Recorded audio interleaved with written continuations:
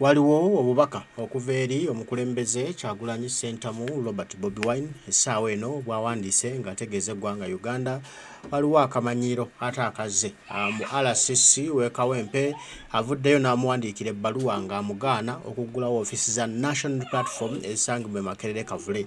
Kati nno bino omukulembeze Kyagulanyi Ssentamu Robert Bobi Wine ategeezezza nti RCC wa Mwami Museveni asaagana muliro eryanda lyokya. Ategeeza era talina buyinza wadde n'akamu n'akettondo mu constitution y'eggwanga Uganda akagaana ekibiina ekiriwo mu mateeka okuggulawo ofiisi zaakyo oba okukola emirimu zaakyo. Agambye bw'ati omukulembeze kamukusomeremu ate oluvannyuma tugende maaso. Agambye nti this evening we received this ridiculous letter from the Deputy Resident City Commissioner of Kawempe perpetrating to stop the grand opening of our new offices at Kavule on Thursday. Museveni has messed up our country so much to an extent that some deputy RDC feels powerful enough to block an activity of a registered political party without even citing any law. The laughable reason he gives is that there are many other activities on that day, as though we invited them to attend. This is an intentional activity for party organs as well as specially invited guests including political leaders, religious leaders, as well as members of the democratic community. We have responded to him, reminding him that he has no right whatsoever to issue these illegal orders and confirming that we shall proceed with our activity as planned. President agamba nti akawungezi k'olunaku olwaleero bafunye ekiwandiiko namutayiika okuva ewa RCC wa General Museveni wa Kawempe nga stopping oba ng'ayimiriza okuggulibwawo mu butongole okwa ofiisi za National Platform esangibwa e Makerere Kavule ku Lwokuna luno. Agamba nti Museveni ayonoonye eggwanga lyaffe, ayonoonye ensi yaffe. Deputy of Deputy owa RDC alowooza nti nno wa kitalo nnyo era nti alina obuyinza era asobola okulemesa okuggulawo ofiisi z'ekibiina ekikola emirimu gyakyo mu ssemateeka era ekiwandiise mu butongole era nga kino kyekkirizibwa mu mateeka g'eggwanga Uganda. Anti ensonga esesa obusesa RCC gyasinzidde okuba gyasimbyeko essira okulaba nga stoppinga okuggulawo kwa ofiisi za National Platform Makerere Kavule mbu ku lunaku olwo waliyo emikolo mingi egijja kuba nga gigenda maaso mu ggwanga Uganda, n'olwekyo mbu tebajja kufuna bukuumi bumala okukuuma abakungu abanene abanaabazze ku kibiina kya National Platform. Era mbu omukolo guno gwongezebweyo olunaku olulala oluvannyuma lwanga 2 ogw'Ekumi-n'ogumu. Mbu olunaku olulala bajja kuba balina obudde era bajja kuba balina obukuumi okukuuma omukolo ogwo okusigala nga kugenda mu maaso. Era mbu banaaba bagenda ogutegeka bategezeeko poliisi n'ab'ebibinza bonna bekikwatako. President Kyagulanyi agamba nti tubazzeemu bano nga tujjukiza RCC wa Museveni nti talina buyinza n'akatono n'akeddagala okuyisa ekiwandiiko ekimenyi ky'amateeka nga kino, era twongera omukakasa nti tujja genda n'emikolo gyaffe nga bwe tubadde tuteeseteese. President n'atuwa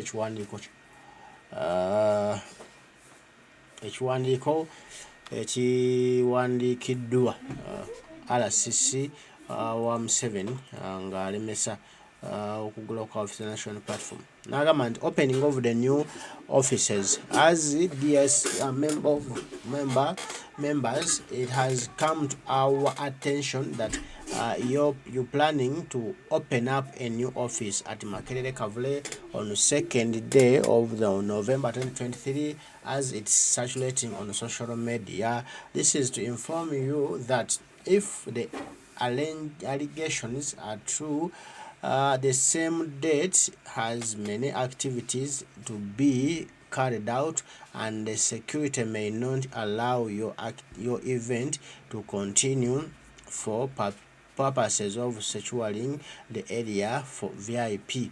The purpose of this letter, therefore, is to advise that you postpone the same to another date after second for security purposes, and also you notify the relevant officers. Ebyo ne batu babiwandiise omukulembeze n'abaddamu ebyo byabazzeemu. Ndaba wano bawaddeko Wandege ya police Kawempe ne Lord Mayor Kawempe naye ne bamuwaako. Abantu bo bagamba ki ku bino ebikoleddwa RCC era nga kulemesa okugulawo ka office ya National Platform. Tandise ne muganda wange Masaba Media Channels agambe, this is total rubbish. We are not going to be tossed like useless people, as the time those people have to be put where they belonging. Honorable Hassan Chilumira nagamba, despite tendencies, we will only respect just laws. I'm ready for the grand opening. Martin Arabia Kuleka nagamba, lumpens look for work to do after being Londoners every day. Okay, redundant every day. Namchaba Slivia nagamba, okay, we are waiting for them.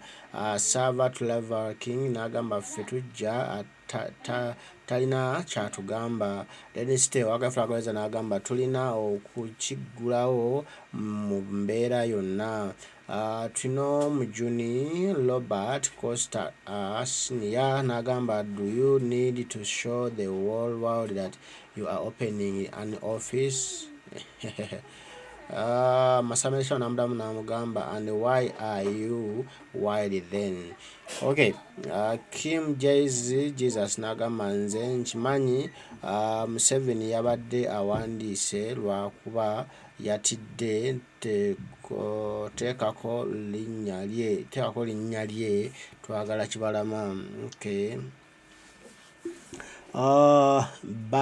Banazo Banadi nagamba, you should tell him that you have so many important letters to read, therefore he can send his letter after our event. Musinguzi Blizzard nagamba, we need to rise against those goons for sure, and the time is the best judge. Baka Musa nagamba, yes, very true, Mr. President. Those people think that they are owner and they use the law badly. Imagine the RCC involving in politics and forgetting we are a political party, and he even forgot that the Electoral Commission released roadmap. Okay, Honorable Serukenya David nagamba nti, God how I pray that this become a spark. Amen. Don't do it, Lord. Starboy nagamba, don't be intimidated. Following from Nairobi, Kenya. Honorable Ruyombia Godfrey nagamba, what amount of security does he think we need to hold our event? Let them deploy their security to their so-called VIP, and we also use our own strong, competent and disciplined security edi mutwe tujja. Abubeka Bakaserunjoji nagamba, it means we have given them a lot of freedom to oppress us. That's why they want a head and doing unnecessary and stupid things. We shall not cancel our opening.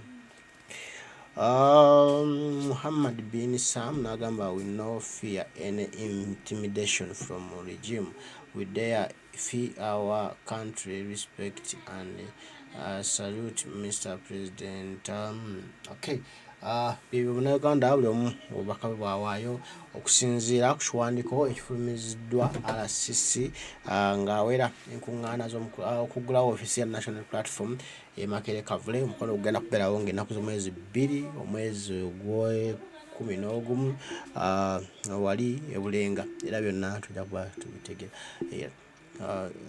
wali Makerere Kavule, era byonna enteekateeka tujja kuba tuzitegeera nga bwe kimu bwe kigenda okutambula. Omukama tunasaba bankuumire, tujja kuba tuddamu tubyogere bataayi mweraba.